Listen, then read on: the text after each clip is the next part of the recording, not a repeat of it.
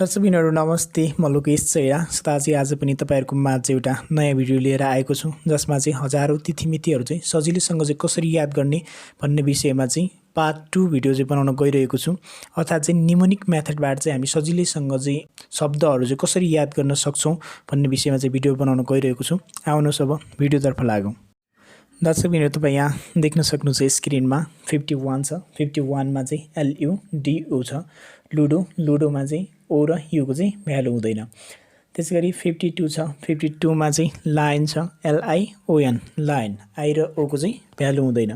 त्यसैगरी 53 छ 53 मा चाहिँ LAMA लामा ए र ए को चाहिँ भ्यालु हुँदैन त्यसैगरी 54 छ 54 मा चाहिँ LARI लारी अर्थात चाहिँ ठेला भन्ने हुन्छ यसमा चाहिँ ए र आई को चाहिँ भ्यालु हुँदैन त्यसैगरी 55 छ 55 मा चाहिँ LOLO लोला छ यसमा चाहिँ OO को चाहिँ भ्यालु हुँदैन त्यसैगरी 56 छ 56 मा चाहिँ LEG छ लेग मा चाहिँ E को चाहिँ भ्यालु हुँदैन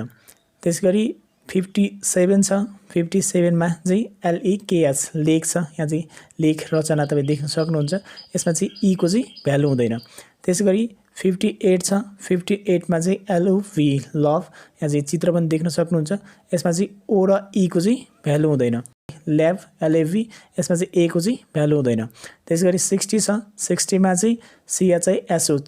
चिसोमा चाहिँ यहाँ चित्र पनि देख्न सक्नुहुन्छ यसमा चाहिँ I र O को चाहिँ भ्यालु हुँदैन त्यसैगरी 61 छ 61 मा चाहिँ छाता छ CHHATA छाता यसमा चाहिँ HA र A को चाहिँ भ्यालु हुँदैन त्यसैगरी 62 छ 62 मा चाहिँ CHAIN चेन छ चेन को चाहिँ A र I को चाहिँ भ्यालु हुँदैन त्यसैगरी 63 छ 63 मा चाहिँ GAME गेम छ यहाँ चाहिँ गेममा चाहिँ A र E को चाहिँ भ्यालु हुँदैन त्यसैगरी 64 छ 64 मा चाहिँ JERI जेरी छ यसमा चाहिँ E र I को चाहिँ भ्यालु हुँदैन त्यसैगरी 65 छ 65 मा चाहिँ JEL जेल छ जेलमा चाहिँ E को चाहिँ भ्यालु हुँदैन त्यसैगरी 66 छ 66 मा चाहिँ चाउ छ यसमा चाहिँ CHAU यसमा चाहिँ A र U को चाहिँ भ्यालु हुँदैन त्यसैगरी 67 छ 67 मा चाहिँ चेक छ के चेक E को चाहिँ भ्यालु हुँदैन त्यसैगरी 68 छ 68 मा चाहिँ यहाँ तपाई चिप्सहरुको चाहिँ फोटो देख्न सक्नुहुन्छ यसमा चाहिँ I को चाहिँ भ्यालु हुँदैन त्यसैगरी 69 छ 69 मा चाहिँ CHHAP छाप छ यहाँ कलपको तपाई छाप देख्न सक्नुहुन्छ यसमा चाहिँ HA को चाहिँ भ्यालु हुँदैन त्यसैगरी 70 छ 70 मा चाहिँ KIS अर्थात चाहिँ किस छ तपाई देख्न सक्नुहुन्छ I को चाहिँ भ्यालु हुँदैन त्यसैगरी 71 छ 71 मा चाहिँ कोट KOT कोट लेखेको छ यसमा चाहिँ O को चाहिँ भ्यालु हुँदैन त्यसैगरी 72 छ 72 मा चाहिँ KAN कान छ तपाई कानको चाहिँ चित्र देख्न सक्नुहुन्छ A को चाहिँ भ्यालु हुँदैन त्यसैगरी 73 छ 73 मा चाहिँ KHAM खाम छ तपाई खामको चित्र देख्न सक्नुहुन्छ यसमा चाहिँ A को चाहिँ भ्यालु हुँदैन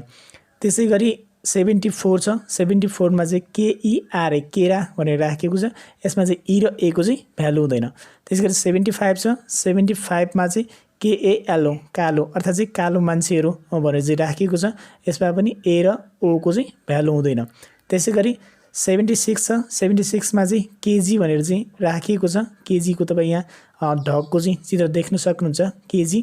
त्यसैगरी 77 छ 77 मा चाहिँ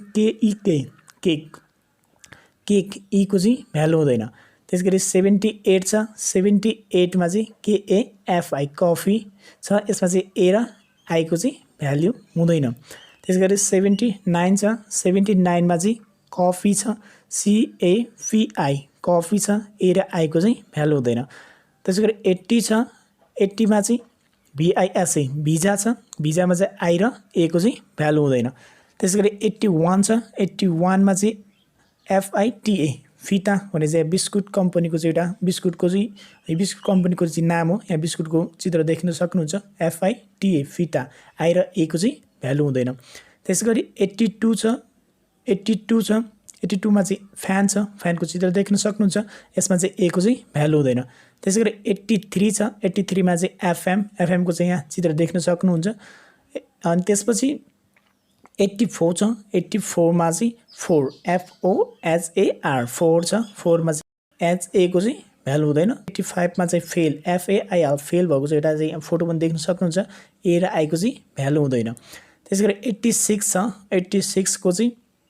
VAGI भाजी छ भाजी यहाँ तरकारीको चाहिँ फोटो देख्न सक्नुहुन्छ A र I को चाहिँ भ्यालु हुँदैन त्यसैगरी 87 छ 87 मा चाहिँ यहाँ भिक मागिरहेको चाहिँ तपाईँ देख्न सक्नुहुन्छ VIK भिक I को चाहिँ भ्यालु हुँदैन त्यसैगरी 88 छ 88 मा चाहिँ भिभो भिभो छ यसको चाहिँ I र O को चाहिँ भ्यालु हुँदैन त्यसैगरी 89 छ 89 मा चाहिँ